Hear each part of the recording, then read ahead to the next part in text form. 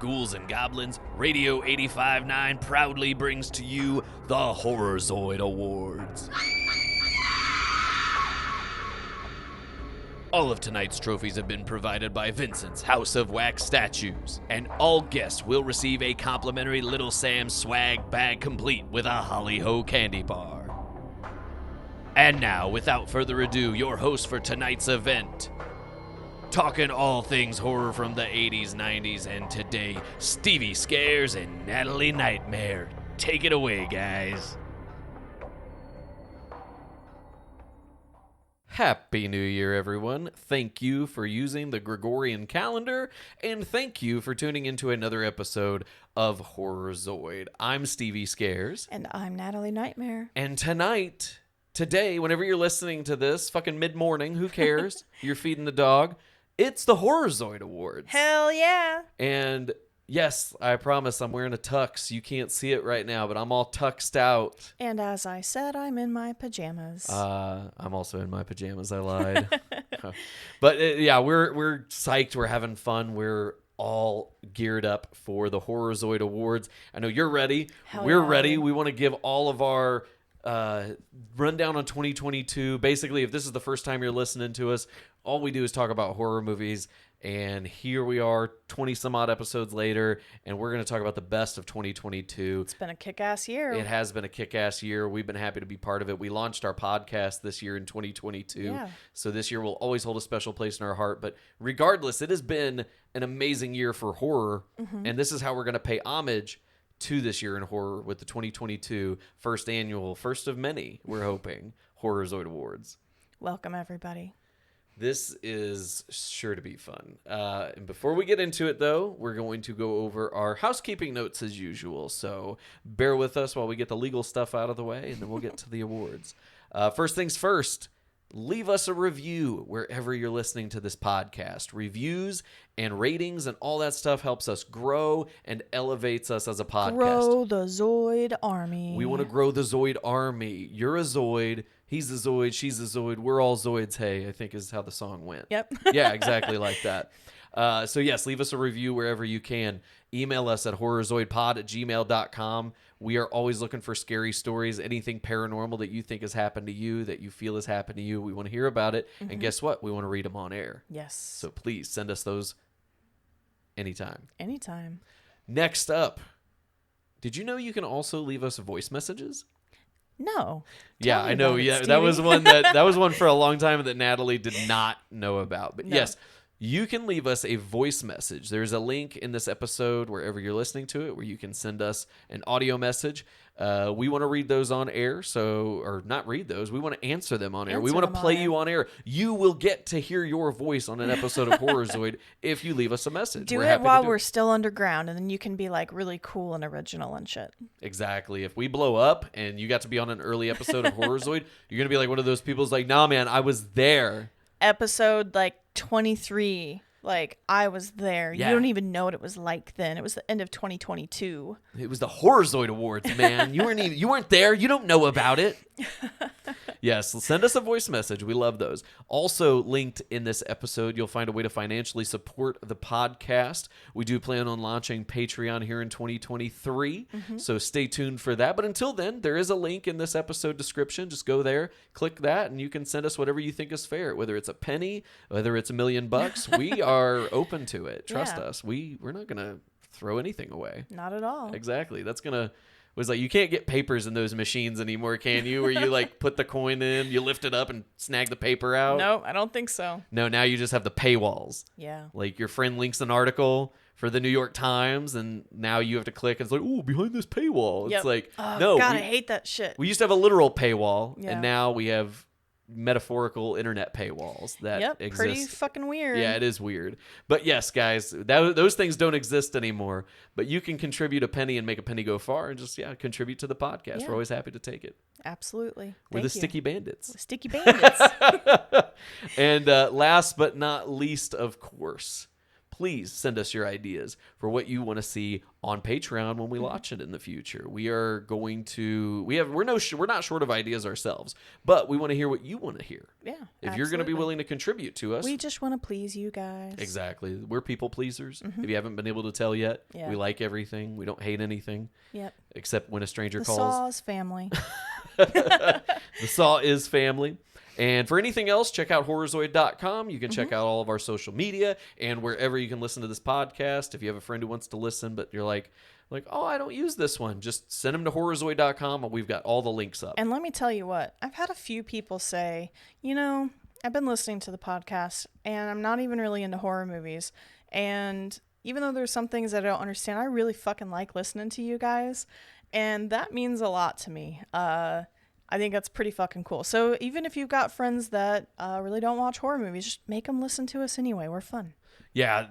As we said last week in our episode, we started this podcast because we just want to feel like friends who are talking about movies. We're a married couple who mostly just spend time with each other. But when we have friends over and we have friends around, we like to talk about movies with them. Yeah. And we just wanted you to feel like, a third, fourth, fifth person in our friend group talking about movies with us. The Zoid is family. The Zoid is family. The Zoid Army is always growing. We're always happy to have more people here. We're all inclusive. We love everybody. Yes. There is not a single person out there that is not welcome to be a Zoid, even including the person who commented on TikTok today who said that they're out because Natalie posted something with like some 5-pointed pentagrams. Inverted pentagram. Yeah, you're still welcome to be a part of the Zoid Army, even if you don't like the pentagrams. We're just a no-hate group. Yeah, it's all love, no hate over here. So yeah, you're all welcome unless you're hateful. Then exactly, fuck off. Everybody's welcome.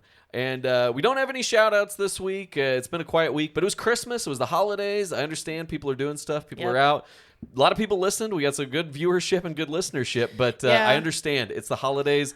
We don't all have time to stop and comment and smell the roses. Bingo. But if you were anything like us, you got hit with a little bit of a winter storm, and you had time to listen and catch up to shit. So thank you all for listening to our holiday special from last week. That's right. And even if you're listening to this and it's summer, listen to the holiday special anyway. You can get a little cool in your life. Yeah, I always have to remind myself that not everybody is going to be listening to this. Like our old episodes from earlier this year are still getting played. Yeah. And I just think to myself, I'm like, God, if we said anything about whatever that month was, like people are going to be like, oh, that... Yeah, that was a thing. Yeah, I don't know what that is. I don't know. I think that shit's kind of fun. I love hopping in on a podcast and you're like, all right, let me just binge like 200 episodes. Yeah. And you go back and it's like 3 years ago and they're talking about shit and you're like, oh yeah, I remember when that happened. Yes. I remember. I relate to this. Yeah, those are some of the fun episodes to listen to of a podcast, especially if you do discover it halfway through. Can you imagine somebody who's listening to this right now? It's going to be so fucking meta that we're talking about it 3 years in the future. They're listening to it 3 years in the future.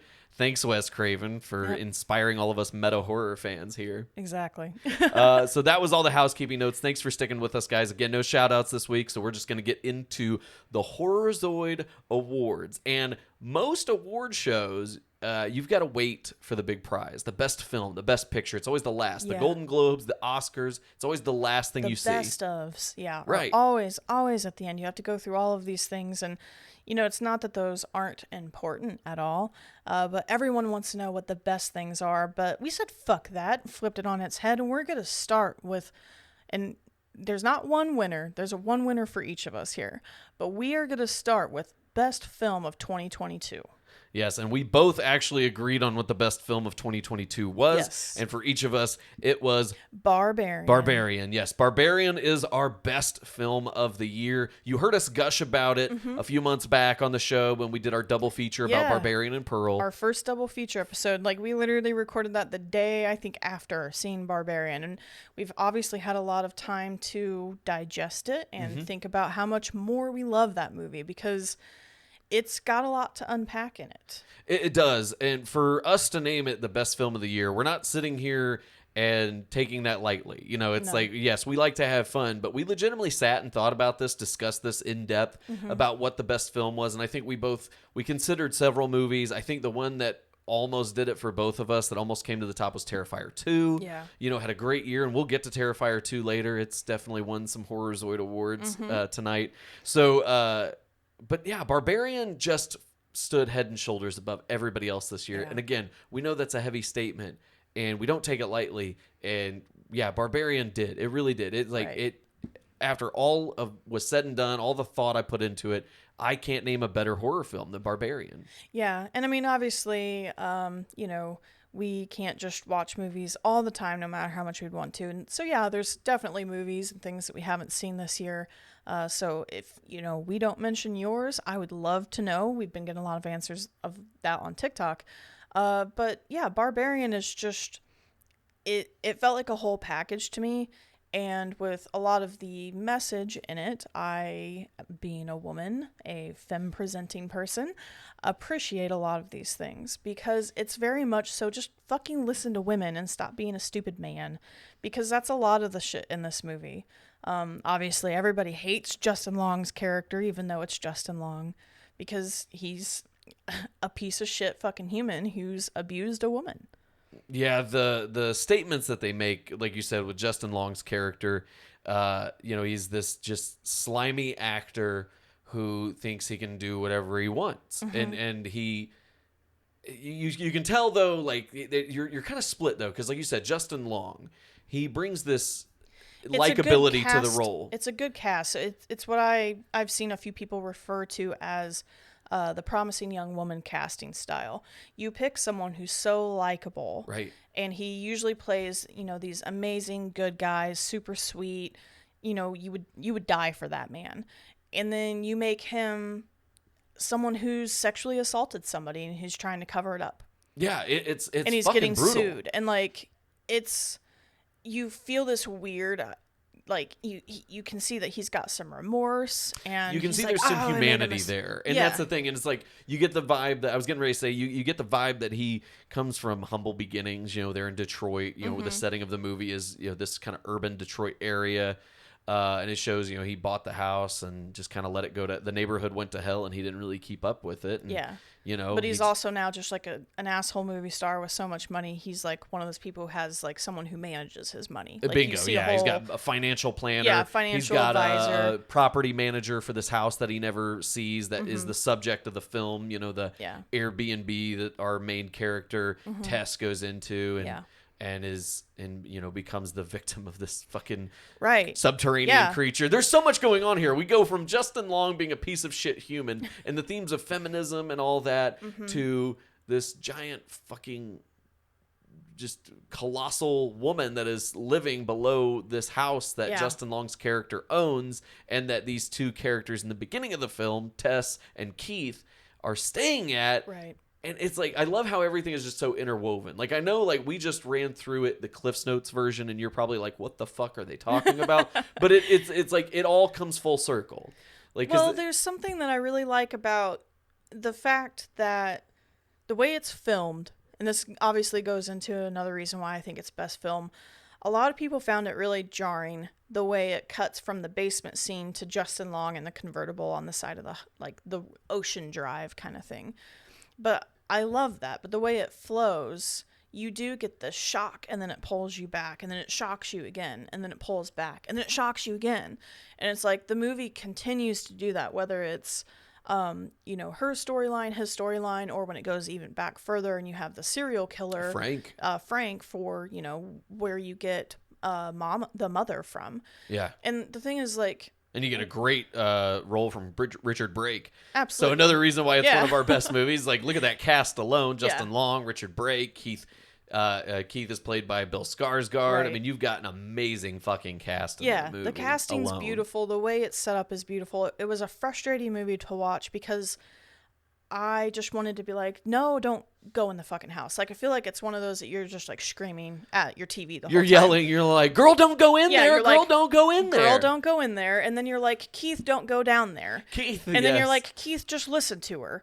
And then it gets to Justin, and you're like, oh my God, fuck this guy. Like, you hate him in the first, minute. They do it perfect. You hate him within the first minute. I would even argue that the way he's singing the song, singing along with the song, and just kind of like enjoying the convertible, he's almost enjoying the convertible ride in a dickish way. It's like there's a way that actors will act when they are like joyously and innocently celebrating something. Then there's other ways where actors really put on their fucking shoes and they, oh my god, It's just a super they just entitlement. completely, they you should completely be, flip. like, And you Justin should Long be, does that. like, privileged just to be driving on the same road as me. Like, Exactly. He He has that exudes this, attitude and that swagger to him, even just in the way he's listening to the song and driving Yeah. in the car.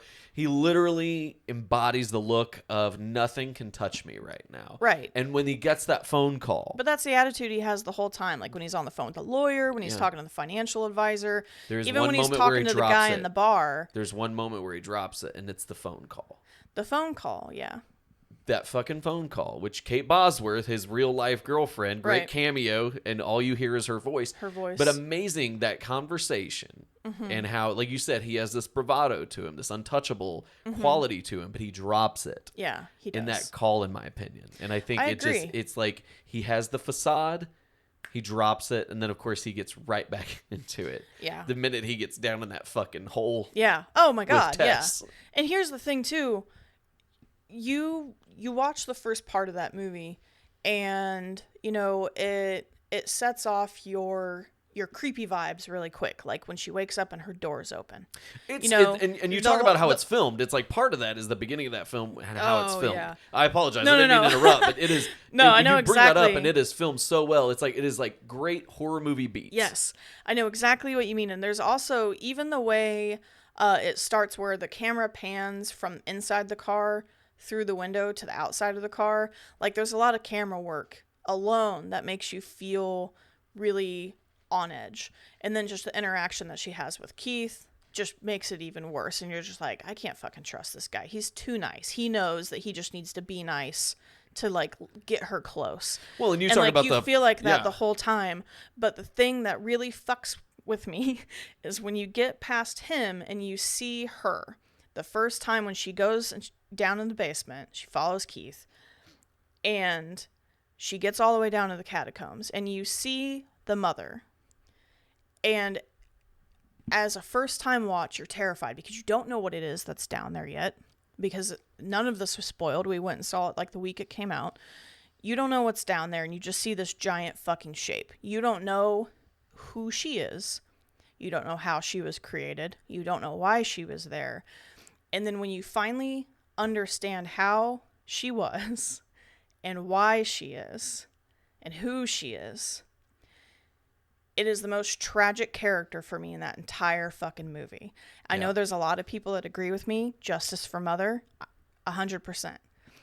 And the ending is so sad because you have this final girl, this victim through the entire movie, who kills Mother because she is violent. I mean, she rips people from limb to limb. Right. She's But very it's savage. so fucking sad. Yeah. And then it's the fact that Tess has to do it. Yeah. Yeah. It's a fucking tragic ending. It's a tragic character, and they're all tragic characters, really, when you get down to it. It's like the movie is one of the most tragic films ever because it's like everybody has a tragic story. Well, like, because you realize Keith isn't a bad guy. Like, he is legitimately, but you don't realize he's not the bad Right, guy until it's too fucking late. Because you just keep thinking that he's just doing it to get her close because we expected it. Because Even when we he's can't- down there. Because you can't trust a man in the middle of the night who's in a house that you're supposed to be in. Right. But even when he's down there in the tunnels and shit, you're And not you're like, I'm still never 100% I'm like, certain no, that he's not going to do something. He's playing like he's lost down there. Exactly. And He's she's playing going to possum. follow, and she's going to get put into one of those fucking cages. Right. But then Mother comes out of nowhere and slams his head against the wall. And And it's only in that moment that you realize justice for Keith, too. Yeah. Because he was legitimately a good guy. He was just fucking terrified. He was it's so well done. He's tragic. Tessa's tragic because even though she gets to live throughout this whole thing, she has to now live with With everything all that of that. happened to her. I mean, She saw multiple people die. multiple people die. Justin Long's character was ready to literally sacrifice her. He did. Yeah, he he throws her sacrificed off her the and tried to building. kill her. Yeah. And then she had to kill Mama. It's like she's tragic. Keith's tragic. Justin Long's character is tragic too because it looks like he's going to redeem himself. You have this moment where it's going to be redemptive for him, and it's amazing. But then he says something and you're like, wrong. Exactly, and it's just He's he the only one makes- that I don't give a fuck about. He's I tragic. don't, but he's tragic still. But yeah, it's Everybody in the film is a tragedy. absolutely. I agree. Yeah, and I think that is the biggest takeaway, is that it's just probably the most tragic, sad movie of the year. Yeah. And Because you either have characters Yeah. who are just awful, and that makes things that's shitty. Yeah. And then you have people who are really awesome that get killed, and that's shitty. Right. And then you have the serial killer, which the scene in the basement and that's one of those moments I was like, this is going to be a redemption for Justin Long's character, because, and that's, we didn't really talk about it too much when we talked about Barbarian before. But the scene whenever he's in the catacombs and he finds the room in the back, because the homeless man says that's not the scariest thing down there. Yeah. And it's not. Mother's not the scariest thing down there. The scariest thing is the serial killer who's Frank. still alive, Yeah. Frank, who has kidnapped women and assaulted them and had children with them. Over and over and over again. And this is a perfect example of a movie, especially, again, as a woman who doesn't like this shit in movies, of putting sexual assault in a movie without having to fucking show us. Because you can get the idea of what Frank does. He stalks the women and he kidnaps them. And you see that little bit in the flashback. But when Justin Long is in that room with him and you see the names on the tapes, and you put it together, and Justin puts in a tape and sees it, and you see they just show the look of absolute disgust and trauma on Justin Long, on his character's face. Yeah. And you can see that these were put on tape, which you can piece together because Tess finds the room with the camcorder in the bed. It's disgusting. Mm-hmm. But it's a perfect example of making us feel like hatred towards someone who's so gross, but not having to show us and traumatize us as an audience with shit that we don't want to fucking see. Yeah, we don't want to see. We don't need to see Because to get the idea. Right, because just what is written on those tapes, vile. Well, and you talk about that. The scene that I think really hammered it home for me, where I was like, this is so well done because it's just enough where we know what's happening, but we don't need to see anything. Mm-hmm. And it's the scene where Frank steals the jumpsuit and goes into the woman's house, closes the door, and all you hear is the fucking scream. Right, yeah. And that's it. All you hear is a scream. You see the exterior of the house, and then it cuts to the next scene. And that, to me, is brilliant. I give Zach Kreger all the credit in the world. He fucking knocked it out of the park with this film, and the way I just love the cinematography and the film of it. But truly, I really do. I think he did a terrific job of making you feel things without showing you things. Right. And that is the true craft of what I personally love about filmmaking. Right. Show me just enough to where I am disgusted, horrified, and I feel utter grotesque feelings. Yeah. Don't show me things that are reprehensible and vile. Right. Make me feel those things without showing me those things. And that's really what Zach Kreger does beautifully here. Because we've literally, there's movies that I know I will never watch because of what's in them. Yeah. There's movies that we've not finished because of what we were shown. And there's just things that I feel like it can, the true horrors are what people do. What Frank does to these women, I am more scared of that than any fucking ghost or alien or anything, because humans are the worst monsters in the world. And Frank is absolutely vile. But the way he films it, again, like you're saying, the scariest thing is your own mind piecing those things together. So when you can, your imagination is limitless without even thinking of any images. You know what Justin's seeing on the tapes. You know what is happening to that woman when Frank goes into the house. Like, we don't need to see it. And it's just so beautifully done because it makes you feel everything, It's a visceral movie. I agree. It is. makes you feel every single thing that's going on in that movie, from Tess being down in that hole and you realize what she's been living for 2 weeks. We literally, being it's like bottle fed by a mother, and God knows what's in the fucking just bottle. doing what she can to survive. Right. It's like from but that she's to, also the only character, being the main, the woman in the movie, who understands and empathizes with the mother. She's like, she just wants to take care of you. She survives because she understands what's going on, whereas everyone else is so fucking terrified that they can't take a second to figure out what she's doing. Because, I'm sorry, no one's going to try to breastfeed you if they're not actually trying to breastfeed you. Like, I don't feel like that's a scare tactic, you know? That would be a really fucking intimidation move right there. It's a scene in the movie that's really uncomfortable because bold fucking move to bring to a fight. But it's a scene in the movie that's really scary because it is this, you know, they are grown men and, you know, but you realize this is the shit that's been happening to Tess for 2 weeks. And she's probably just, her fight or flight kicked in and the fight is winning excessively because she lasts in there for weeks. And then you see what happens whenever the fucking men come back. It's just no man ever listens to her in this movie.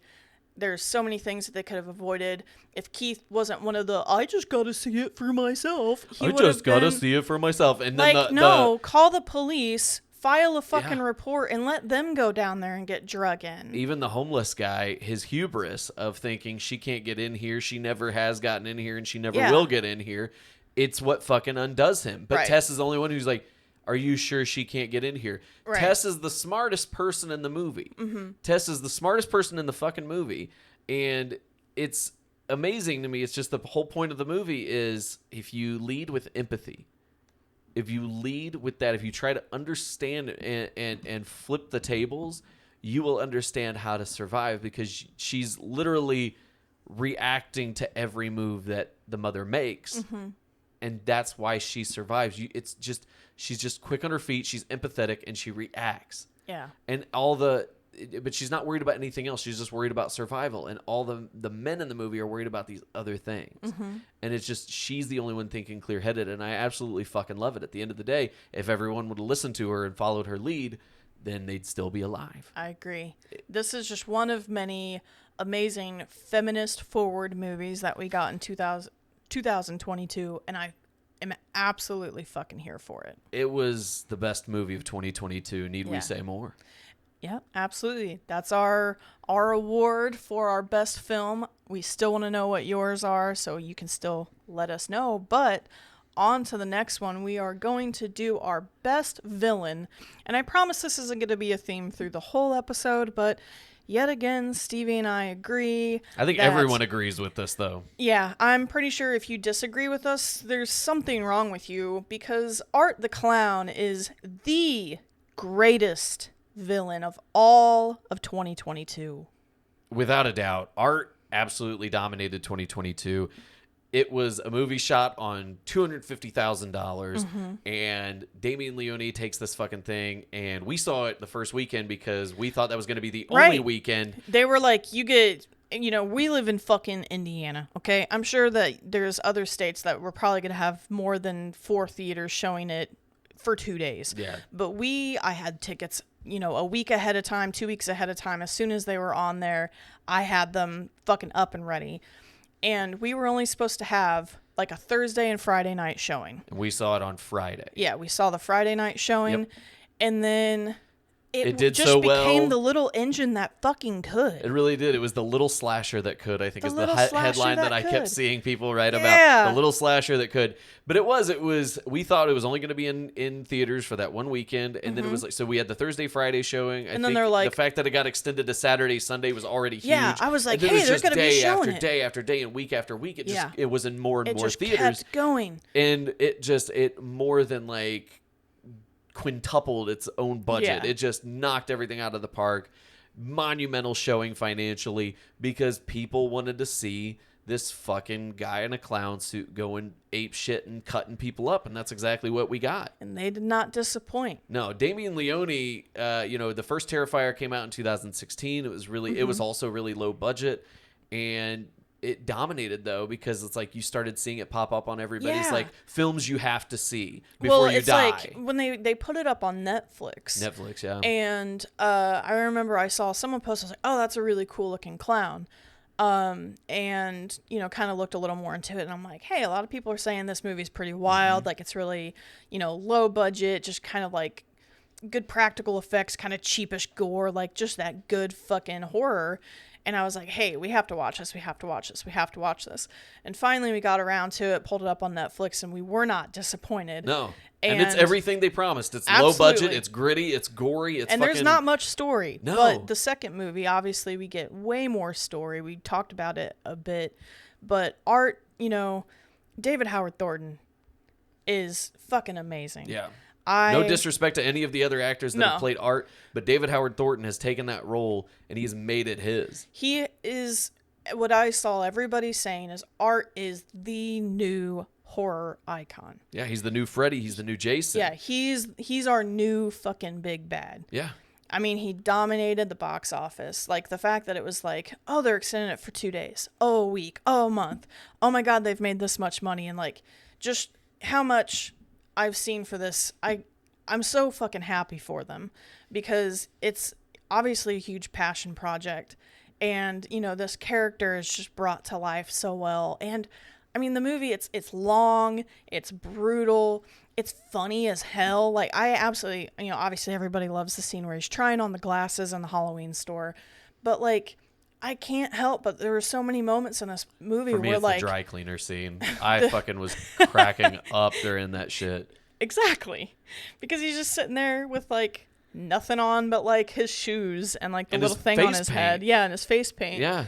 And he's reading these horrible stories in the news, and he's fucking laughing. Yeah. He's laughing. Because Obviously, he doesn't make any sound because right. he's, you know, Art. But yeah, he's sitting there laughing at these horrible, tragic stories, and Yeah. I'm fucking dying. Like, Yeah. I am fucking in tears in the theater. It was, it's one of those things I feel like has altered my life forever, is sitting in those seats in a full theater like that with a girl sitting next to me that just kept going, oh my God, like, and Yeah. I'm like, you know, I'm looking around, I'm like waiting, like, you know, There were people who were not okay. Yeah, definitely. And it's, you know, everyone was saying, oh, people are throwing up, people are passing out, but, like, you know, we're so used to people saying, oh, it's the scariest movie of the year, and I'm not saying that this is, but it's kind of that same thing where people are like, oh my God, people are vomiting in theaters, I have to go see it.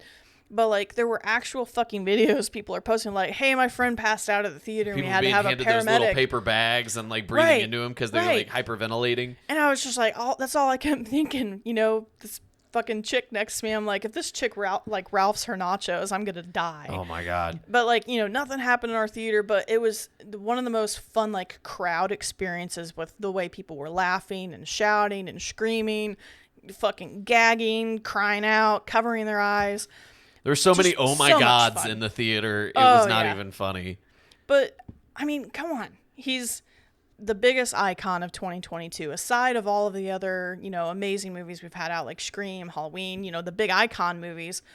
But he's put himself at the top, so that's why we had to pick him as best villain. Yeah, I mean, this is a year where we had Leatherface, Ghostface, Michael Myers, literally all in the same Cenobites. year. Cenobites. The Hell Priest, and you know we had Yep. so many iconic villains resurrected this year. Yet it was the man who just came out of nowhere and doesn't have the history, the longevity of those villains. And I think that's why, for me at least, he is the villain of the year, because it does feel like we're on the verge of something huge. Yeah, I agree. Damien Leone is already talking about Terrifier 3. Obviously, they're all doing these conventions, so they're still close together. One can only assume that the whole cast is fucking coming back for Terrifier 3. We're getting all the same actors. And yeah, I mean, they're just gearing up for something special. And I think we all feel like we're just on the upheaval and this upswing of something really special. I agree. No, it's something that also there's so many people outside of the horror community that were like, I'm going to go see this movie that everybody's talking about. And those were you the know, punk asses that were puking and throwing up. Probably. Don't fucking. I was gonna say, look, your introduction to horror should not be Terrifier 2.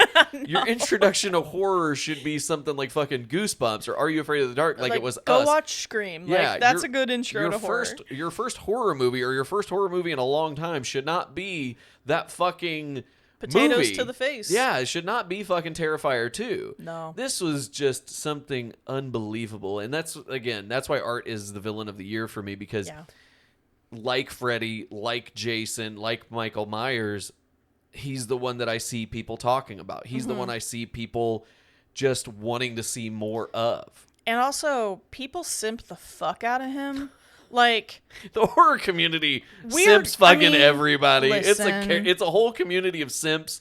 We are all, none of us are immune to simping. We're not okay. No. Like, I love me some horror villains, but for some reason, people were down bad for art. The one little clip we posted fucking months ago, like, people were like, he's mine and no one can have him, and I'm like, what the fuck?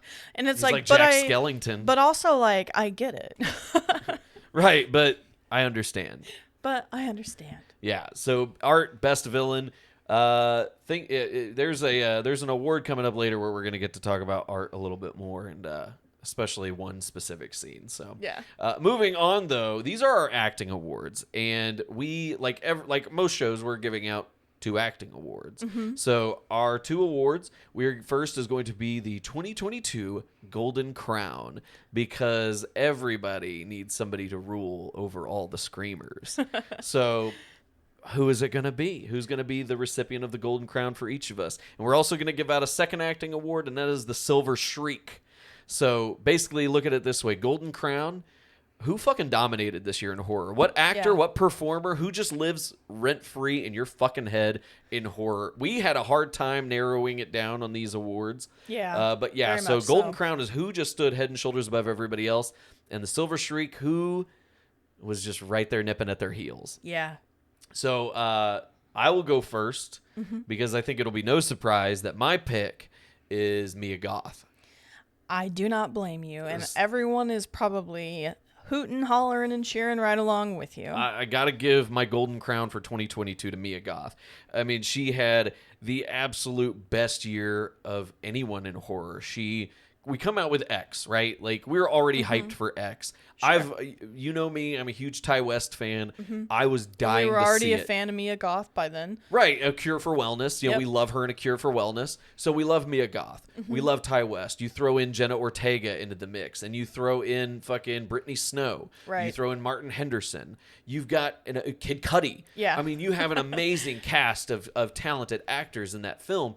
I was so hyped for that. She's the only one playing 2 characters in the whole movie. But that's the thing. Mia Goth played 2 characters in that movie, so I was already floored when I saw that. She simultaneously plays the main villain and our final girl. Right. Like, I don't think that's ever been done before. Like, who's played the villain and the final? Right. Like, that alone made her probably in the running for my 2022, Golden Crown Award. But then you factor in fucking Pearl. Right. Like, she gets her own movie as the villain, but we get to see it in prequel form. We get to see what made Pearl.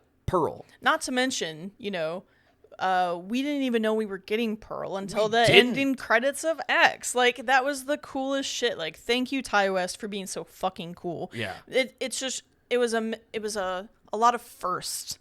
You have her playing the protagonist and the antagonist, and you also get immediately a movie that you're going to get same year with her again playing that villain younger. It was the most magical fucking feeling.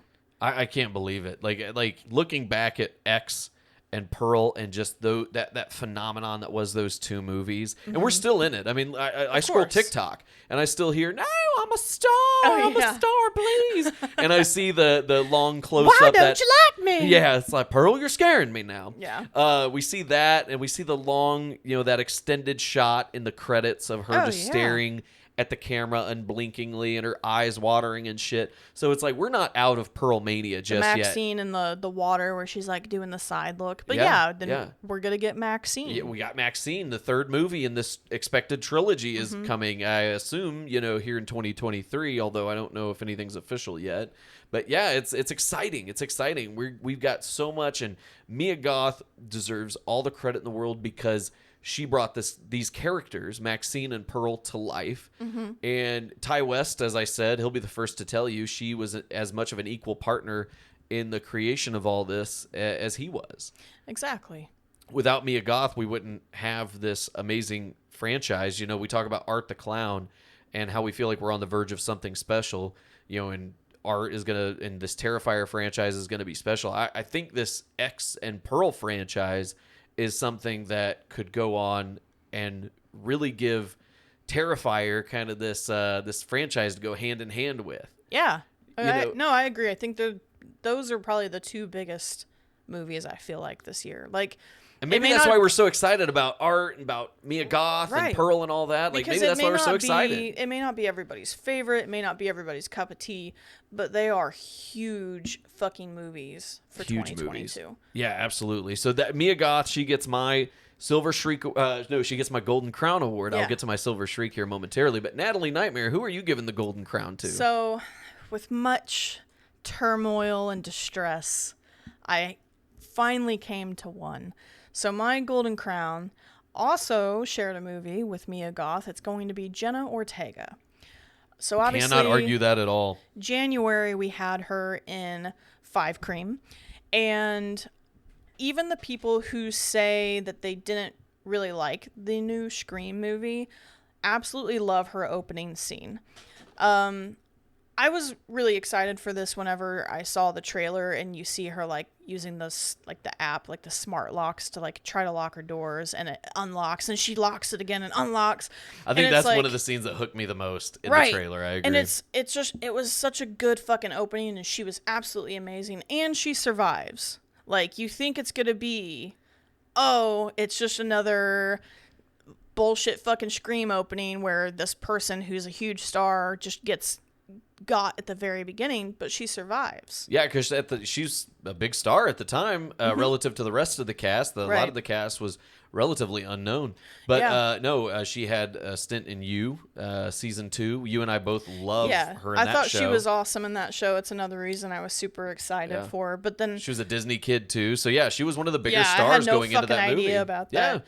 Yeah. But then you go into March and she's also in X, which has one of probably my most like flinch-worthy scenes, where she's kind of breaking out of the basement and her hand is out and he like hits it with a hammer and you see her fucking fingers break. But it's like, the fucking scene is rough, man. She sells every fucking thing that she does. She does. And she goes from 0 to 100 when she needs to. She puts her whole heart into every performance. You can so absolutely good. tell that. Yeah. She's so good. Like, I remember whenever we were watching season 2 for You. Yeah. And I was like, this girl's really fucking great. Like, just the way she felt very real. Yep. She didn't, I know you can kind of struggle like that sometimes with the younger actors. But she just feels so genuine and really pulls you into a scene. And, obviously, she has been blowing up and more people are loving her because of the Netflix series Wednesday, which, obviously has a lot of heavy topics within itself. I think it's, it's awesome to see something that, it's like a gateway to horror, just like Addams Family is anyway, but also has a lot of these really great discussions about women's rights and gay rights and, people on the spectrum and all of these different... Exploitation of Native Americans. Exploitation of natives, yeah. They really hit on some heavy subjects in Wednesday, and Jenna Ortega portrays Wednesday with enough respectability, I guess is the best word for it. She's very professional in how she portrays Wednesday, and yet still gives this adolescent charm to her and this kind of naivete to her. I feel like it's something that you can enjoy as an adult because you have this relationship with her and Morticia, and I saw a lot of people were like, well, I didn't like that they were having this like confrontation. It's like, if you watch any Addams Family, there's always confrontation. Like the old shows, the Munsters, Addams Family, all those old shows were always about having a message to every episode.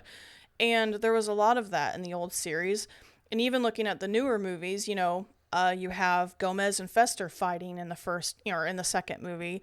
But there's also a lot of things that I love that they kind of carry in. Like, obviously you have Christina Ricci's in Wednesday, and you have her again speaking up for the indigenous people as she does in Addams Family Values, which I felt was way ahead of, its time. I feel like it probably pisses a lot of people off. That was in the movie. Pissed people off back in 1992 or 1993 when they did it. Exactly. Pisses but the people fact off that, now. She does that. And I saw a great video about, the type of indigenous people that she's referring to don't get spoken about a lot in the media, for the basically slavery for the cacao bean.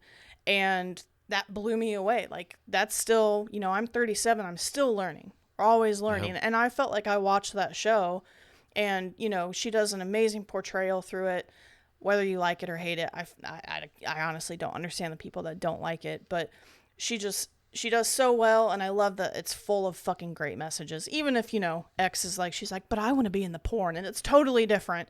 But again, totally all over the place for the roles that she was doing, and she nailed every fucking one of them. She did, and again, I totally understand why you would give her the Golden Crown for the year. She started off with Scream and with X, and in both of those, they were both, let's be real, just supporting roles. She was second fiddle to the main character in the movie. Yeah, she stands out very well, but yeah, she's not, the final girl for either movie. She's not the main lead. Right. But she's still very important. But it's great to see her get the opportunity to be a lead now with Wednesday. And obviously she did an amazing job. It looks like Scream 6, we're going to see a lot more of her too. So, super fucking excited about what Jenna's going to bring us next. I hope she does more horror. I just think she's fucking, I don't want to say she's made for it. Obviously she's done a lot of different stuff, but I think she'd be amazing. Well, I think she enjoys doing the creepy shit. I mean, she just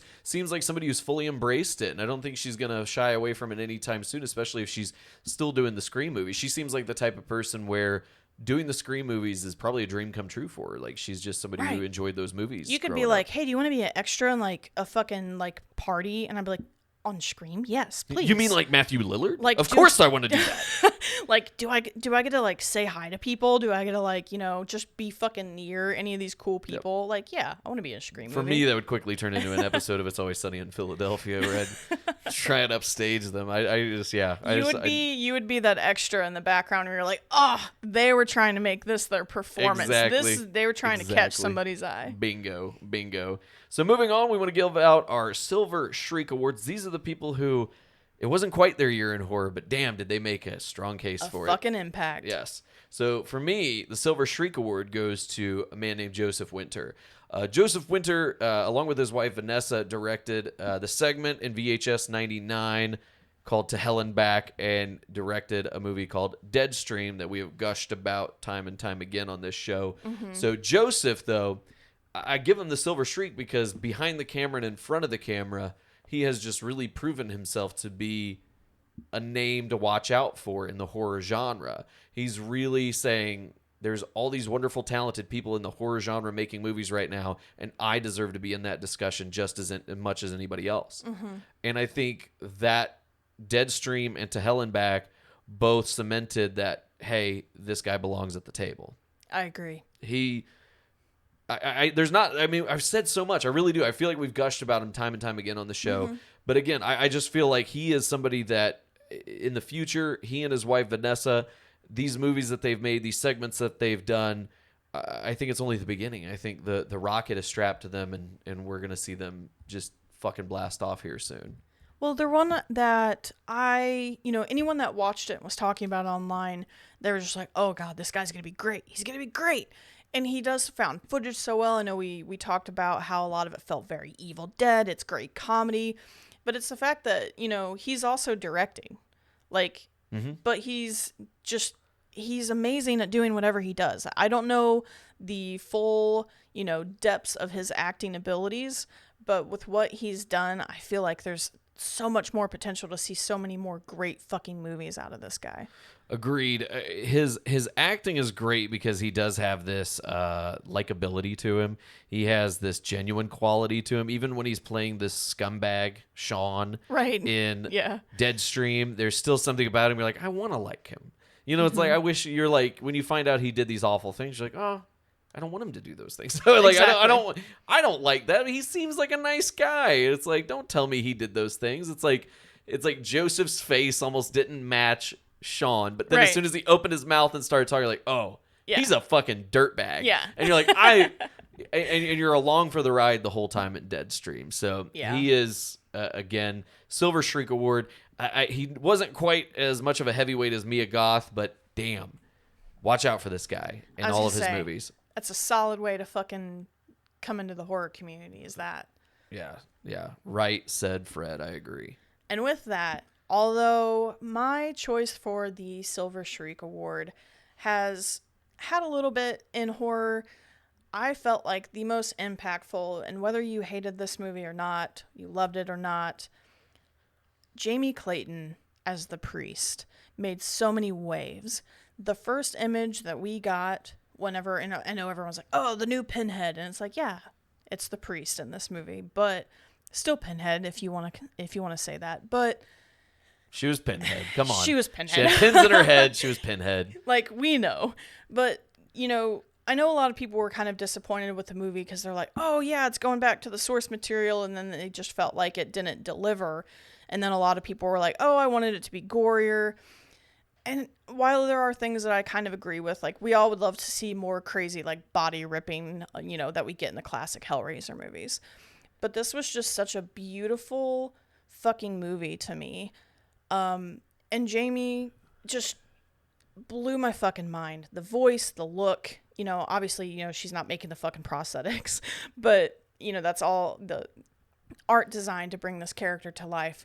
But whenever it's on and she becomes the priest, it just feels so right. It does. It's like, that's a great way to say it, because I couldn't put my finger on it. But from the minute they cast her, and I know it was a controversial decision, because she is a trans woman, and, whatever it is, what it is. I think she's an amazing actress, and I think she deserves a role no matter fucking what. Whether you're upset that it's a trans one, whether you're upset that it's a woman playing Pinhead, Jamie Clayton, the minute you see that first image that came out, I think it was Entertainment Weekly leaked it. Yeah. The minute you see that fucking image of her as Pinhead, you're like, this fucking works. Yeah. And like I said, I couldn't put my finger on it either, but the minute I saw that first shot, I'm like, damn. I had faith that she was going to do it well anyway, because she was in, what was that show on Netflix? Sense8, I want to say. Yeah, Sense8. Yeah, so it's like she was also, she had a small role in the Neon Demon, which is why I said there's a little bit of horror That's there. right. But, yeah, she was a Neon Demon. I forgot about that. Very small role. Right, very small role, nothing too scary. Yeah. But, becoming this fucking entity that, you have all of these other beautiful fucking Cenobites in the movie. They all work so well together. Cenobites are some of the most beautiful designs I've ever seen. They're stunning. As somebody who has sat through all 11 fucking Hellraiser movies, I can sit here and tell you those are some of the most beautiful Cenobites I've ever seen. Yeah. And even though, this is one of those movies, I always have an appreciation for a villain that isn't on screen too long. Right. She doesn't overstay her welcome. Right. But what you get is so memorable. The scene where she kills Nora, and Nora's like suspended on chains, and she pulls that fucking needle out of her head. I could watch that scene over and over. It gives me some sort of weird fucking happy little pleasure to see just the way she pulls it out so slow and delicate before she pushes it into this woman's neck. Right. But right. It's just seeing something, it's almost more intimate than you ever had with Doug Bradley's Pinhead. Yeah. And, as far as the design, to bring this character to life, yes, I love the leather too, don't get me wrong. But there is something really cool and grotesque that the way they look, where they don't have, this kind of like BDSM leather vibe going on, like clubbing look. No one's wearing sunglasses, but... there's like, they look so cool. And I feel like that makes her just even more amazing. But I could gush over her forever, but she did. I feel like she made huge waves with this movie. And whether they continue it or not, I'm so fucking glad that we got it. I 100% agree with you on that. I thought Jamie Clayton's performance was spectacular, especially in that film, that scene that you mentioned in the film, Nora's death. And it's one of those things where you can see it on an actor's face, that they understood the weight that the scene was going to carry. Because Nora's death is really the most that we get to see in those early moments of the film. Right. It's really the most we get to see of somebody dying, and because most of the other deaths are very tame. They're either off screen, which pissed a lot of people off, right, or they are, it's just like shadow play. So for Nora's death to be so graphic, whereas all the other scenes were a little bit more toned down, I think Jamie Clayton understood, like, okay, this is really our time to shine. Right. And she fucking delivered, because she just carries this scene with such gravitas and just this confidence. Like, love what Doug Bradley brought to the role. This kind of he was almost sensual in the way he played Right. Pinhead, and he's supposed to be in those early movies. His course. sex is such a huge part of it. I mean, come on, all of them. Like, Yeah, we were just yeah. joking about it the other night, the way Chatterer fucking grabs Kirsty. It's like, come on. Right, they knew what they were doing. Right. But with this one, it's more this cool, calm, like she's the priest for the Leviathan, so she's a debt collector. I mean, she really Right. is. She's a bounty hunter almost, and Yeah. it's like, and she takes pleasure in that. And I Right. fucking love the way Jamie Clayton portrays that in the few moments that she is on screen as this character. It is beautifully done. Yeah. And she's the reason. And honestly, again, I'm all for like the heavy gore of the old movies, but there's something so uncomfortable about a scene that really doesn't have much blood, because we know a body can be suspended by hooks and it's fine. Like, people do suspension. I think it's beautiful. But obviously people can be suspended by fucking any kind of hook and they're not going to just die. And so you have this character that is suspended, but then you also take a needle, which, like, obviously a lot of people, and myself included, are terrified of. And you do something to a body that's not going to kill you. It's not going to, ruin you. But, like, you look at the old movies where it's like his face is getting ripped off and stuff. And it's like, it goes so hard so fast that there is something to me that's really terrifying about the idea that they could really take their time with you. And that's fucking scary to me. But they can also be really fast. And you mentioned the shadow play, and I love in the beginning of that movie, the first death is this guy in like the gallery, basically. And I thought, okay, they're going to hold back and then kind of go harder, which they don't go hard as, I expected. But I actually really liked the shadow death of seeing like the guy get kind of like ripped apart, like suspended up in the air with the chains. Right.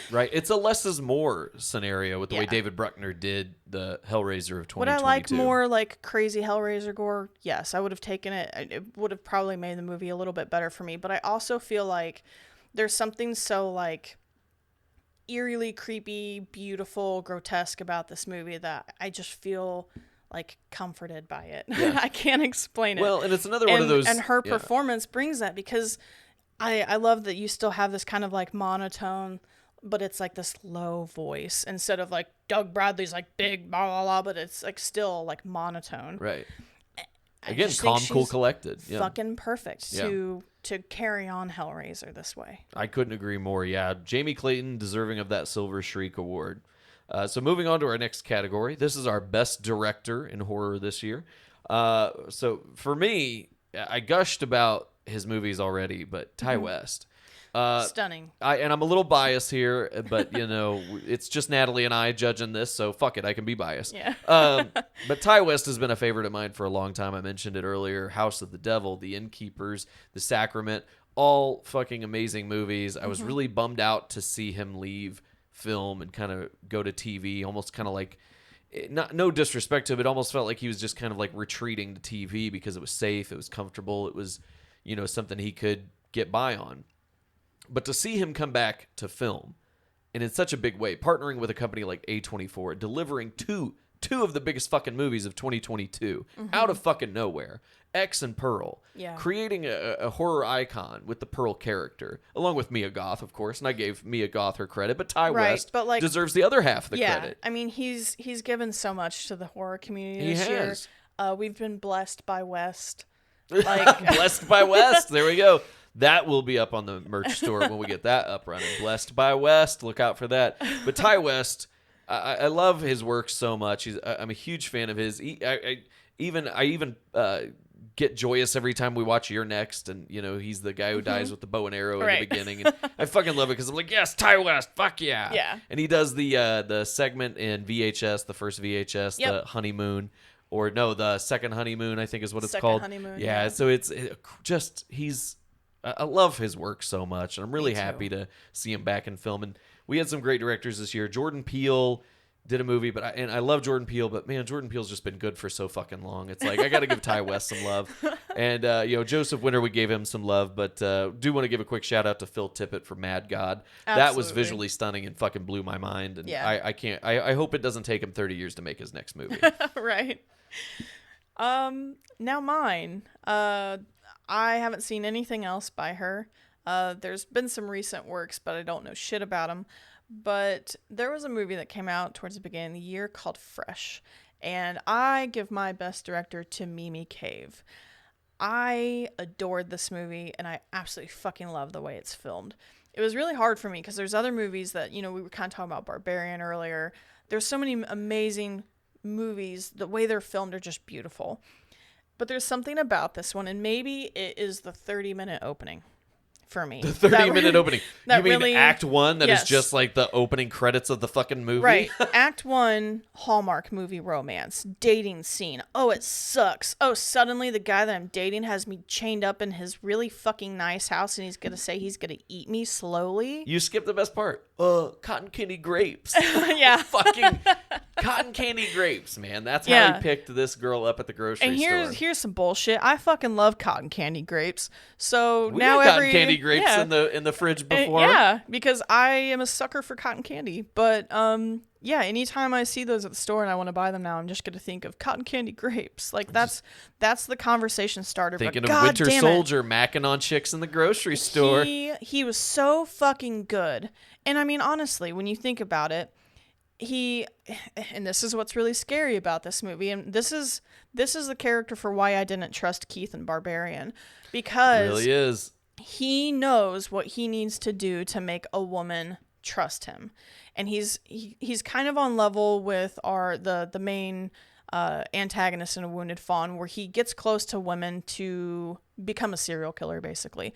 But for him, he's like fancy Hannibal kind of, but the thing is, he basically says, the meat is better the longer you're alive, so we're going to start with the parts that won't kill you fastest. And you get this 30-minute in title screen because it's the turning point of the movie when you've realized that this guy fucking eats people. And every way it's filmed in the beginning is just fucking out the door. Everything changes, the tone changes, the way everything is filmed is just It changes so a little, good. but then there's the fucking scene where he's dancing in the kitchen as he's cooking people's body parts, and he's dancing to fucking Obsession by Animotion. Right. And it's just one of the most surreal fucking scenes in a horror movie, because he's cutting it up. Like, think about those scenes in Hannibal. If you saw the Hannibal TV show, where he's doing all the fancy dinners and he's in the kitchen with all the cool blues and the grays. Yeah, I was gonna say, but he's usually more somber. It's like moody because he's like Hannibal. brooding music. But and this then is like Sebastian Stan, fucking Winter Soldier, is literally dancing in the kitchen to fucking 80s pop hits. Yep. As he's cutting bitches up and eating and making meals out of these people's body parts. Yeah. It is like Natalie's not shitting you. This movie goes from 0 to 60 because you go from Hallmark rom-com. We're not fucking kidding. It literally Absolutely starts like not. a Hallmark rom-com, and then he like knocks her the fuck out. You get the titles. 30 minutes into the movie, you get titles, Fresh. and then it's a horror movie. Yep. And it's so fucking amazing what they're able to and do. it's yet again another amazing fucking feminist movie. really Obviously, is. I love it. It's directed by a woman, so I'm down for that Yeah. shit. But also, it's another like you've got the best BFF when her best friend goes so far to find her that she gets kidnapped, but then they like still both They escape. escape together. I love And that. I love that. Bad It's- bitches stick together. Yeah, we don't need no fucking men, but it's also a movie of like things to catch when guys are red flags and like Yes. just shit you should do or not do when you're dating and stuff like that. Yep. And it's really interesting. It was very eye-opening for me, but you also have some amazing like just fucking terrifying scenes. But as a whole, movie directed amazing. I hope we get more from Mimi Cave because holy shit. I hope her name is attached to a lot of good shit in the future. I'm sure it will be. Real quick before we move on to the next category, I just want to say we had some great female directors this year, and I just want to give a shout out to a few of them because we can't give everybody an award, but Mimi Cave definitely deserves that. So I agree with that. But let's give a shout out to Vanessa Winter, who we mentioned earlier, directed Deadstream and the segment To Hell and Back with her husband Joseph, who we sang his praises earlier. Helena Rain, who directed Bodies, Bodies, Bodies. One of my favorite fucking movies of the year, and we're going to talk about that in the future, but I absolutely adored Bodies, Bodies, Bodies. It was a very polarizing movie, but I thought it was just fucking great. Yeah. Rebecca McKendry, who directed Glorious, unfortunately didn't win any awards yet, so we got our fingers crossed. We'll see. But yeah, Glorious was another great female-directed movie. So yeah, just a shout out to all the ladies who showed up this year and fucking showed the men how it's done. Bingo. Yeah. Next category we're going to talk about is horror. We got to talk about the visuals. We love a good story. Yeah. But let's talk about the visual shit. And the best visuals, this is going to be an interesting category because I picked a movie that I didn't really care for. Yeah. But I just thought the visuals were so stunning and they will stick with you. I picked for best visuals, A Wounded Fawn. Beautiful movie. Just A one lot of the most 70s, beautiful movies I've ever 70s seen. aesthetics, color tones, color palettes in this movie are beautiful. One of my favorites, like screens, like literally to the point that I like pulled it up on YouTube to like screenshot it, is that knife on the cutting board with the pomegranates, and like all the reds are like almost a little too oversaturated in the movie. But of course, you know, it works. It Yeah. works though. You said they're oversaturated. And I agree. There is an oversaturation of color in certain scenes, but it works. And It it's does. like, you can tell it was intentional. Travis Stevens directed the film, and my God, his other work, Girl on the Third Floor, Jacob's Wife, all great movies, and all visually stunning in their own way. Like the blood, the way he does the vampires in Yeah. Jacob's Wife, Right. the way he does the teeth, very Nosferatu-like. Girl on the Third Floor with all of the ghostly figures and the gore in all of the deaths, the grittiness of the house. You know, he's a very visual filmmaker. Very. Even the feeling of isolation he gives in this movie is absolutely astounding because the shots that you get of like the car in the driveway and the house, and it's just surrounded by pitch black, nothing but the woods, is beautiful. He conveys the depth of the darkness so yes. incredibly well. And I think that is something that cannot be understated because it reminds me of recently we watched that movie, The Rental, by Dave Franco. And you can kind of tell Dave Franco is a little bit of a first-time filmmaker because while I love what he did with that movie, there's something about the way I thought Travis Stevens did, again, that whole depth of the darkness thing. You understand how dark and how secluded it is. Whereas it was almost ambiguous in The Rental. And maybe Dave Franco meant to do that. I'm not sure, but I don't really think it was, I don't know. I thought it could have been better done in that movie. So, but A Wounded Fawn, though, the visuals, Travis Stevens is able to just kill it. I don't understand how we're on his third film and he just keeps getting better and better each time with those visuals. Absolutely. The perspectives, of course you have all of the Greek figures, the Furies, I don't remember the name, but I looked into it, the owl thing. His owl god. The owl god and the red room door. Like, it's all beautiful. I 100%. It's, if anything, if you don't even fucking understand the movie, if you don't care to ever watch it again, just watch it for the visuals alone. The fucking ending, those endings where ending gets Bruce me. is like just fucking stabbing himself Slowly repeatedly in the dying. neck, slowly dying. You know, Meredith is watching him as he's just repeatedly striking himself in the throat and just bleeding out. Like we talked about, it's that good 70s red fucking Orangey blood, red blood, orangey yeah. red blood. Looks like fucking paint from first grade art class. It's just terrific and so well done. I cannot gush enough about the visuals. Again, story, I thought it could have been better, but hey, you can't compare to Travis Stevens and the way he films these fucking scenes. I agree. Yeah. I feel like there's not much to say about mine other than just giving the fucking title. If you've seen it, you've seen it. And it's amazing, and it's going to stick with me forever. Mad God. Best visuals. The stop motion animation combined with, you've got a few scenes where it's obviously real people, but there's like strange overlays and things. The way the plague doctor like floats down the stairs with the billowing fabrics. I can't. This movie is just stunning on every way. And even there's like towards the climax, you have just these weird trippy visuals of like I don't even know what, like it just looks like water and paint and bubbles and lights, and it's just, I can't explain it other than like the most trippy like Microsoft media background ever, but it's like everything. It's like Microsoft Windows Media Player background meets Celebrity Deathmatch meets Right. fucking Beavis and Butthead. It's like it felt nostalgic, but at the same time futuristic. Like I Right. don't know any other way to say it. Like, and this is the one I was talking about earlier. Phil Tippett, the director, it took 30 years to make this film because it was stop motion. He and like students of his, there were like days would only be this. working on it like one day a week, and like I saw something recently about like one of the scenes with all like the little army men were all like melted down with like heat guns and stuff to like make the pile of like the assassins and stuff, and just thinking about all the things and going back and watching the movie and kind of looking at things in the background and wondering like, oh, I wonder what they used to make this prop, and I wonder what they used to make this prop, because obviously there's a lot of very original and grotesque creature design in this movie, but just some of the things in the background. One of my favorite scenes, and it's something I posted just because it looks like it's totally black light and neon reactive, and it's like all these beautiful plants, but then there's like a crazy fucking spider creature. Yeah, it's like you say spider, I was like very crab-like. Yeah, it's just like, yeah. Like, that's the thing. It's like this movie is so open for interpretation with the visuals. Like, right, because you're there's not basically wrong. no matter dialogue. no matter what you say, you're not wrong. Like, but this you movie also is just see fucking, like,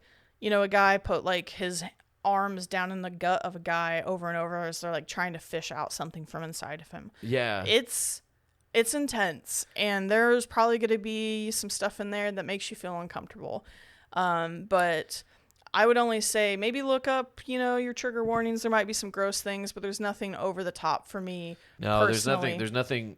I mean, it's kind of violent, if I guess you could say, but There's it's still some violent. There's some a lot of poop stuff going on. yeah, But it's it's an experience. not gratuitous. It's not anything salacious. It's just Nope. it all fits though. When you watch this movie, everything does. fits. It all makes sense. When at the end you're like, this made no sense, and in a way it made all the sense in the world. I mean, it's literally a world abandoned by God, and what horrible things have happened in its abandonment. Oh, I love it. It's I love it. stunning. Yeah. So those are our films for best visuals. Our next category, we teased this in our trailer a couple weeks ago. Most gruesome death. Yes. And fuck, man, I for me, I don't think it got any rougher than the film Speak No Evil. Rough film. The fucking ending where I'll just tell you. I mean, these family is lured out in the middle of nowhere. The one married couple tells another married couple to go down the hill, and he says, "Why? Why are you doing this?" And he says, "Because you let me." So first off, you're all like, "Fucking mind fuck." Yeah. Sends them down the hill, and they get stoned to death. Yeah. They get literally stoned to death, and this scene goes on for an uncomfortable amount of time. Yeah. You get to see both the husband and wife in this married couple die slowly and brutally and heinously and torturously and mercilessly. It is just one of the hardest fucking scenes to watch. It is. And yet at the same time, I don't think it took it too far. I mean, it went far, but I don't think it took it too far in a way that it fit the narrative. It felt like where the story needed to go. It's jarring, it's uncomfortable, but you look at it and it's like, fuck, that's a brutal end for a brutal story. Yeah, it's super gruesome. And the whole just tragic nature of it, there's the scene in the halfway through where it looks like they're going to leave and get away safely, and then they forget the doll or the bunny or whatever it is, and they have to go back, and then they end up trapped again because of these weird social customs that we have created for ourselves. It's the perfect film of like, fuck being polite, fuck being social. Yeah. It could be the difference between life and death, and it really is for our characters as we literally see them because of a little fucking just because they wanted to get out and live a little and meet new people. Now they're stoned to death. Yep, it's scary. It is, and it's why I don't meet new people. So, let that be a lesson to you. Stay inside where it's safe. Don't talk to people. People bad. Now, mine's on the very opposite end of the spectrum, because while yours is very disturbing in one way, mine is very over the top and super fucking unrealistic, and I may have laughed a couple times. Casey Hartnett as Allie in Terrifier 2. And if you don't know by name, she is the girl who answers the door to Art trick-or-treating, and then he comes in and he kills her in her bedroom. This scene goes on, you talk about uncomfortably long.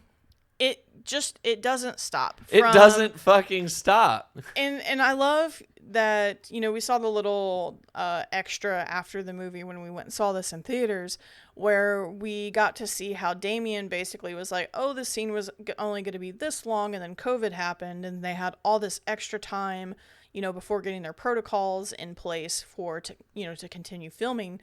He basically took way fucking longer, built an animatronic of this woman, and all of these extra amazing practical effects and blood pumps and prosthetics and just fake torsos and everything to make this scene go on so long. From her eyeball getting slashed to getting stabbed in the back.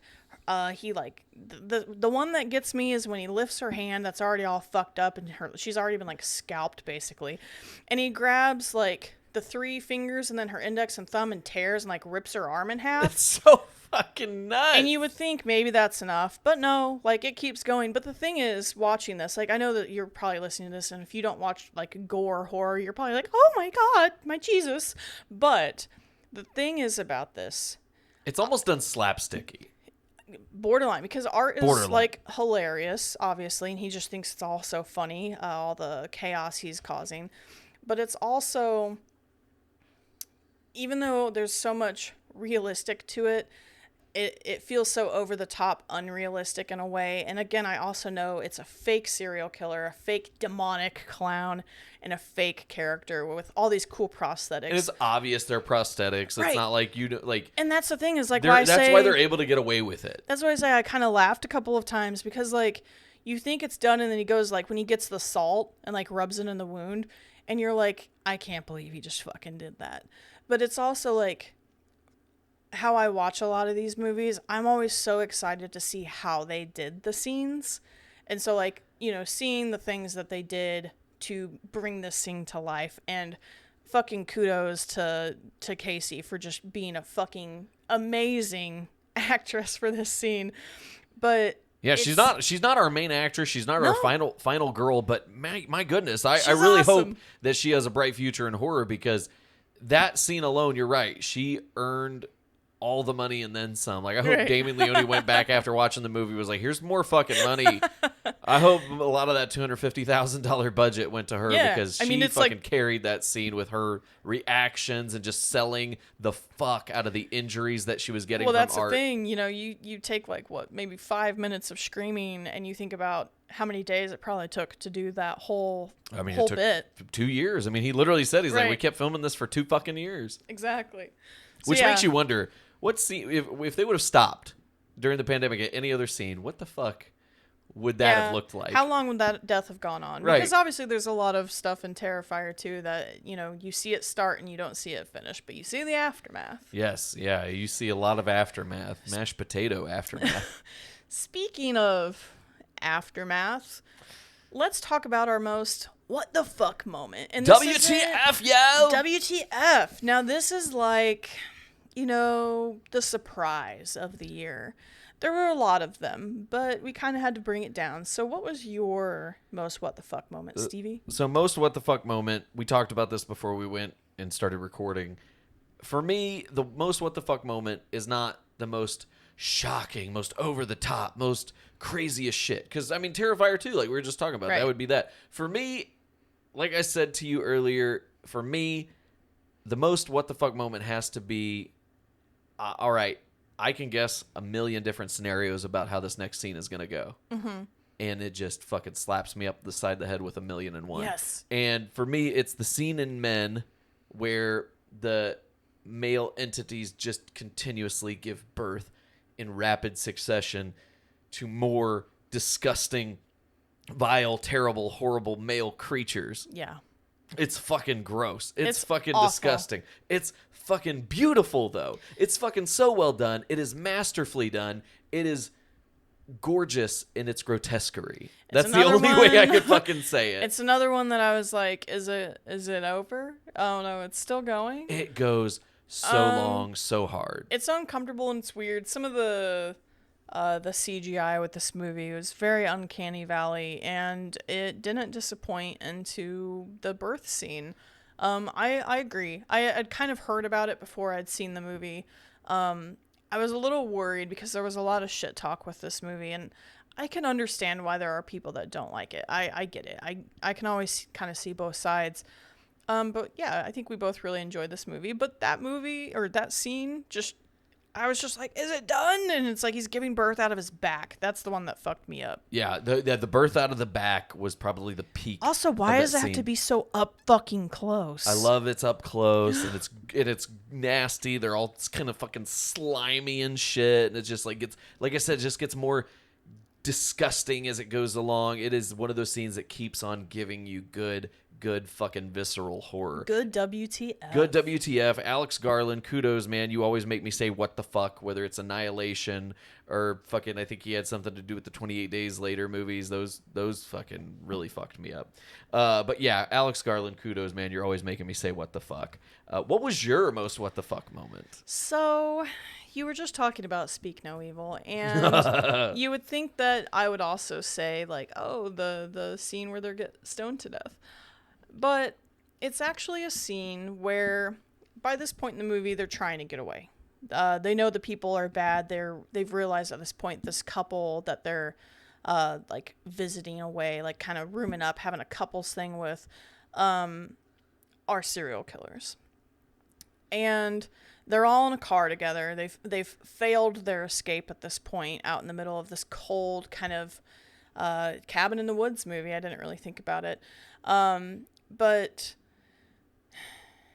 you understand that this couple takes the child. They always go after a couple with a young child. Right, because by the time we're at this point in the movie, they find the photos of them with all of the other these kids, families, of all these kids. So including the kid that they currently have that you realize isn't their kid, and no, he doesn't have a condition where he can't talk. He doesn't have a fucking tongue. Yeah.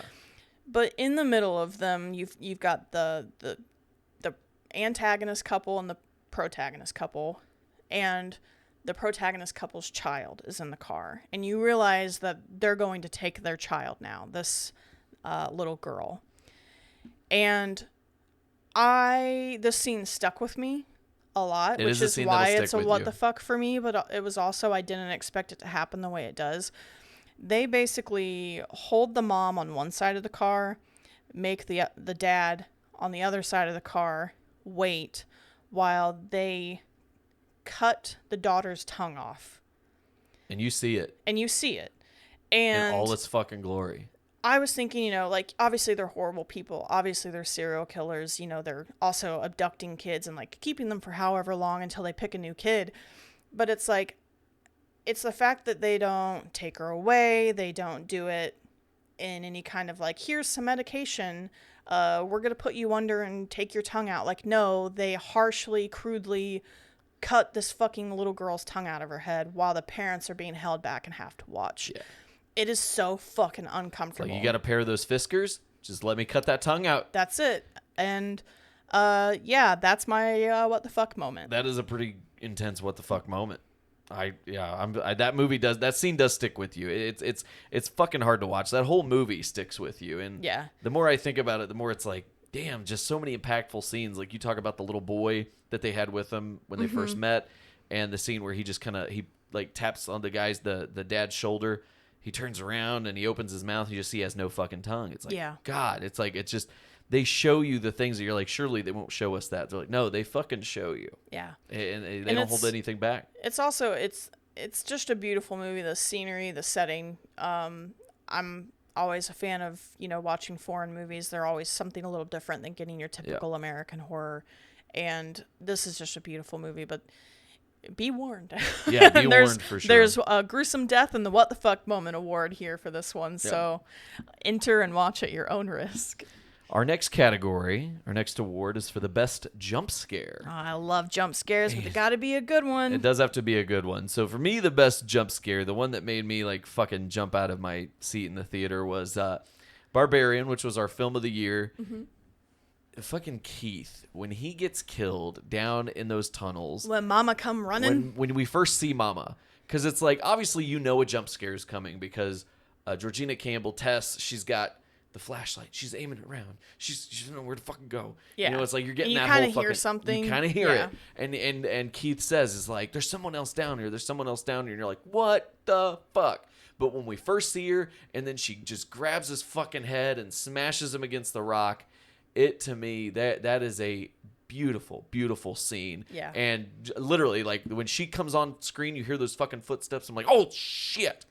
That was a good jump I scare. was gonna say, the footsteps in any movie fucking scares the hell out of me. Yeah. So whether it's this, But you gotta follow up well. right? Bingo. Because the thing is, like, kind of what made me think of it is I absolutely love it when Toshio in The Grudge is like running around the bed, but you can't quite see him. You just hear the cat noises and like the feet, and then he's just like, meow, like out of nowhere.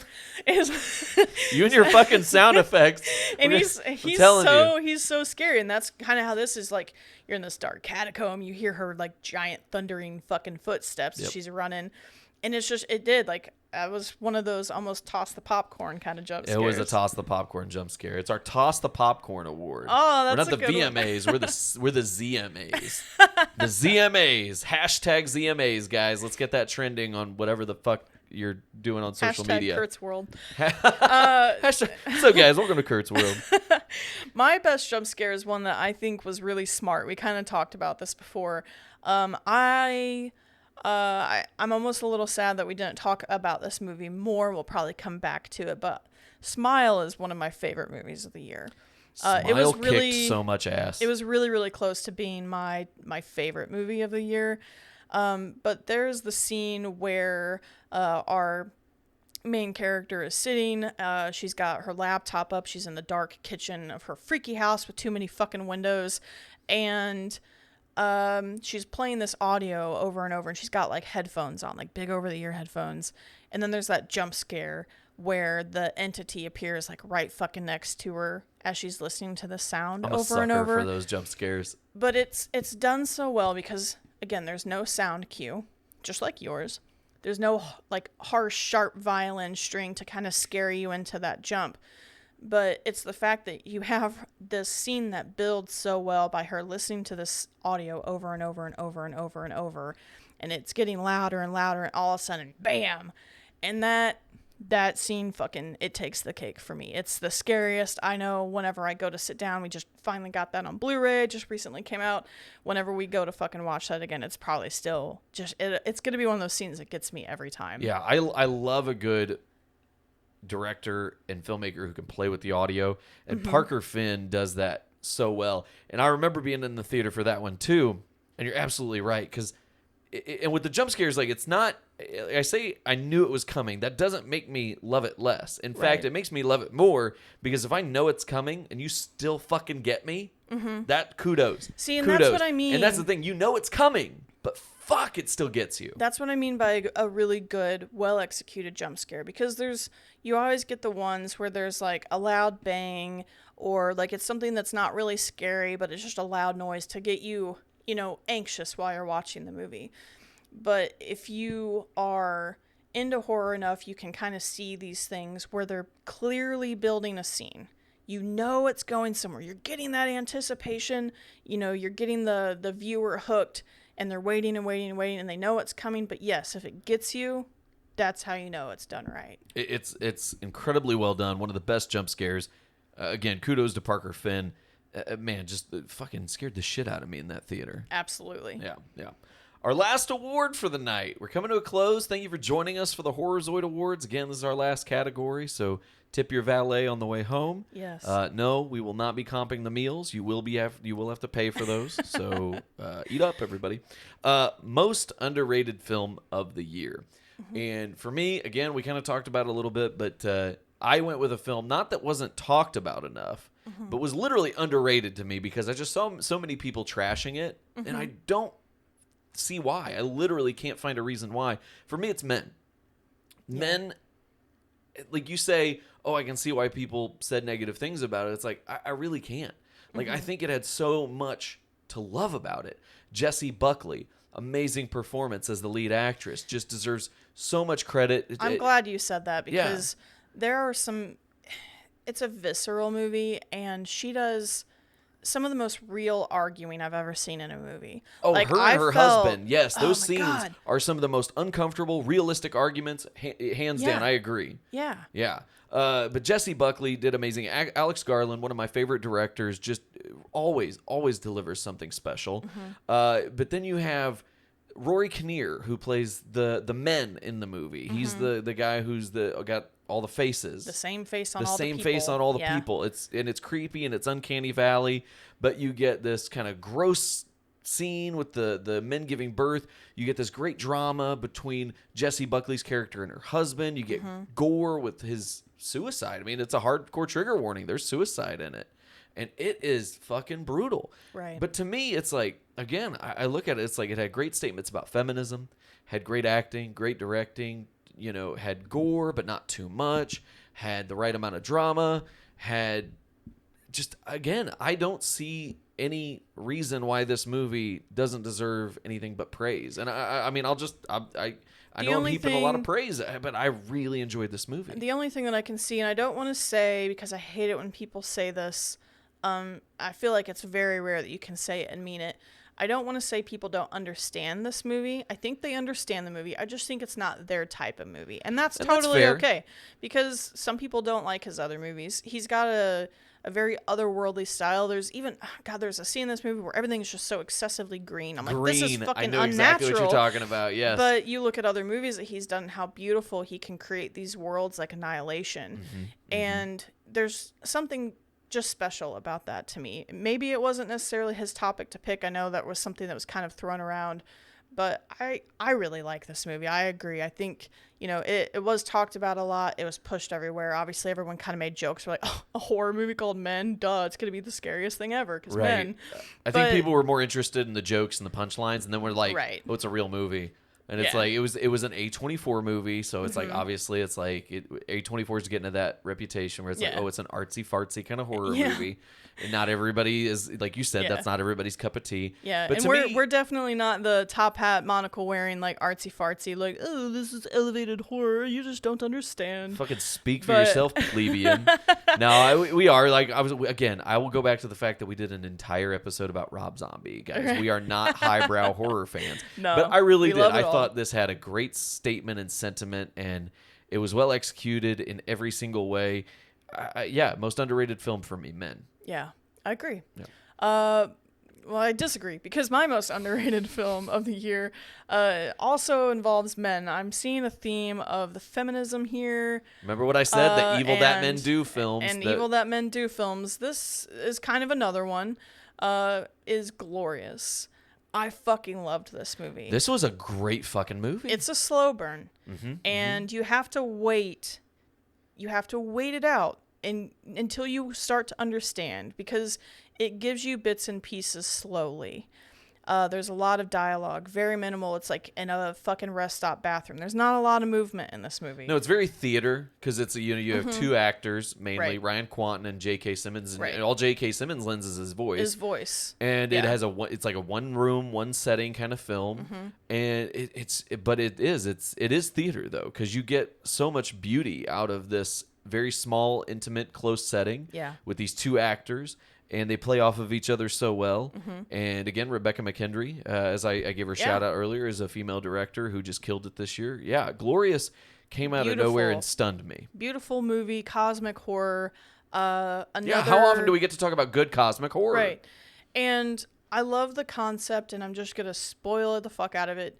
But the guy that is stuck in here is a serial killer. He's not a good guy. The whole beginning of the movie, you think, oh, he's a great guy. Oh, he's lost his wife. Like, what's happened here? Like, he seems upset.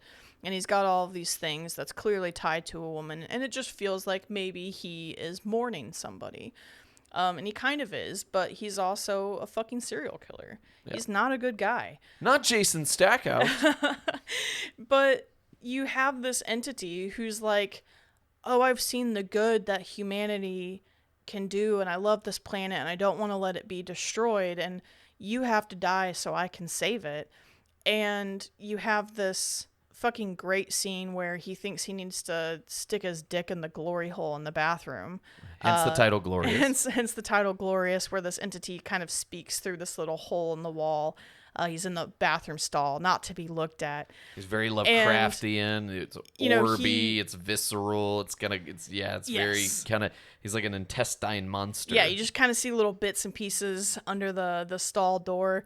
But, and I wish I had it up. I could say it verbatim. But he basically is like, your human dick is not what I need to save humanity. And it's fucking hilarious. The ultimate statement about men and putting their dicks where shit doesn't belong. Thinking that the answer to everything is their dick. Right. It's just because they're a man. Right. It's like, well, surely my dick is enough to save the world in this glory hole. Right. And you can also play it off too with Ryan Quanten's character. Mm-hmm. It's like it's a glory hole. Right. And he's asking for him to give him something to save the world. Right.